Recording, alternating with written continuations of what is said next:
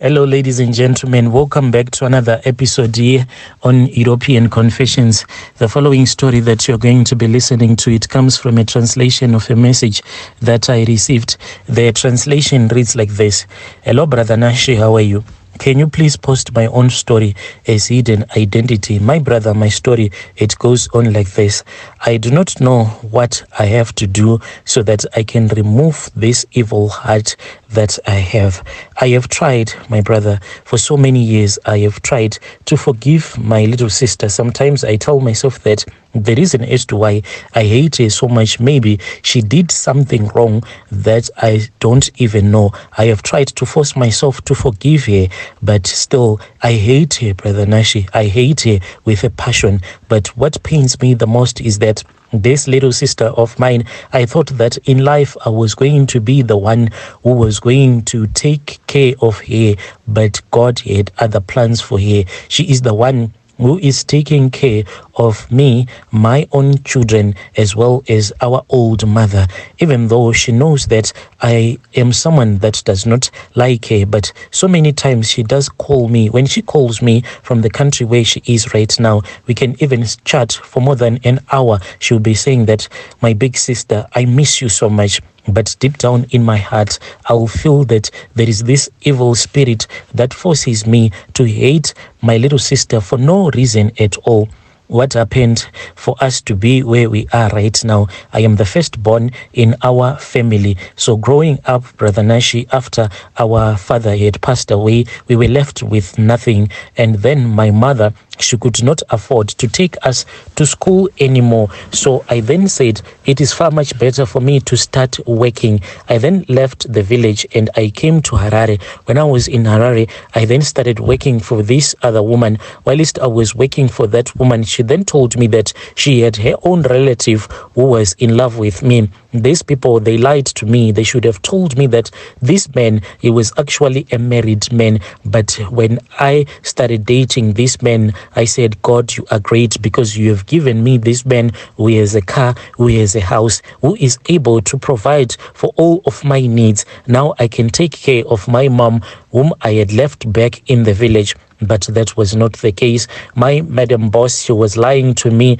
about everything. She didn't want to tell me the truth that this man that I was dating at that time, even though I had fallen pregnant for him, he was actually fighting with his own wife who was still back home. And now I was staying at that woman's house. I thought that this was now my new home. So I then went to the village and I collected my little sister and I returned back with her to the capital city and we started staying together.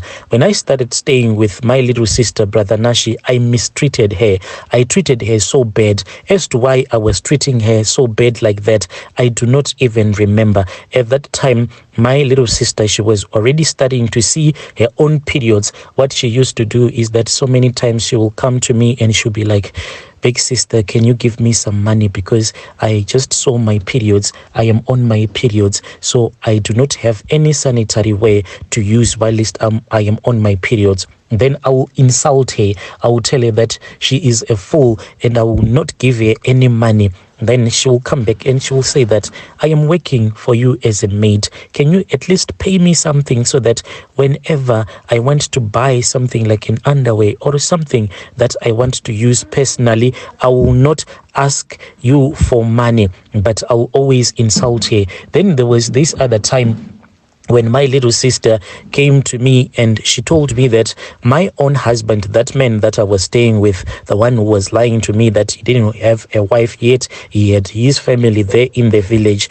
My little sister came to me and she said, oh, big sister, what your husband is doing to me, it is not okay. I then said, what is she doing to you?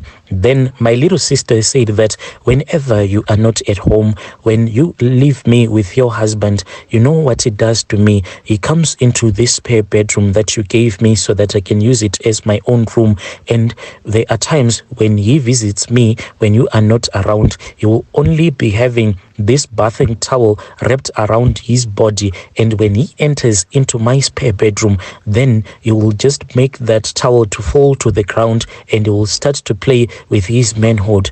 I do not like what he is doing. Then I said, you are a liar. You are nothing but a jealous liar. You know that God has given me this rich man that wants to marry me, and you want to destroy everything. I then kicked her out of my house. This was after I had waited for my husband to return back from work. I then sat down with my husband and I said, is this the truth? Is this what you are doing to my little sister? Then my husband said, oh, my wife, I'll never do such a thing. This little sister of yours, she is a prostitute, and I do not want her to stay with us anymore, even though I know your situation. But I am so sad that we need to chase her out of our home. Otherwise, she is going to get me arrested. She is underage. What is going to happen when she will tell people that I am actually abusing her? I was angry and I kicked my little sister out. I said, be gone, be gone. I do not want to see you again. After I had kicked out my little sister,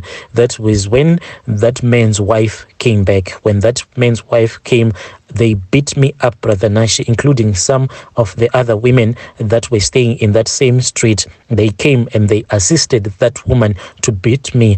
And then I had to return back to the village. When I returned back to the village, life was very hard. Even right now, I still try to negotiate with that man who impregnated me so that he can take care of this child that we had together. It is not like he can't take care of his own child. He has so much money, but he just ignores me, Brother Nashi.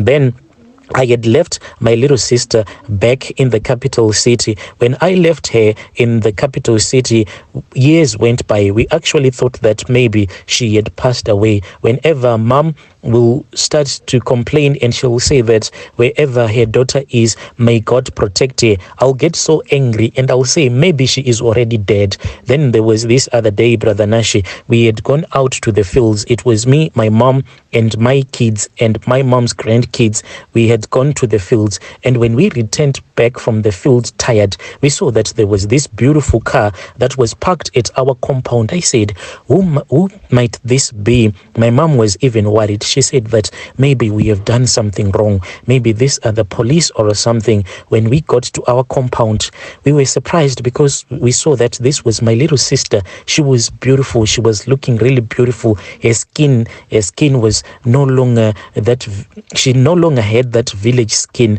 but she had that skin of a woman who stays in the suburbs. We sat with her down and she told us the story that happened to her after I had kicked her out of my home. And then she told me that she had met this family that felt so much compassion on her, and they told her that they wanted to adopt her, but they didn't change her surname or anything. They just adopted her.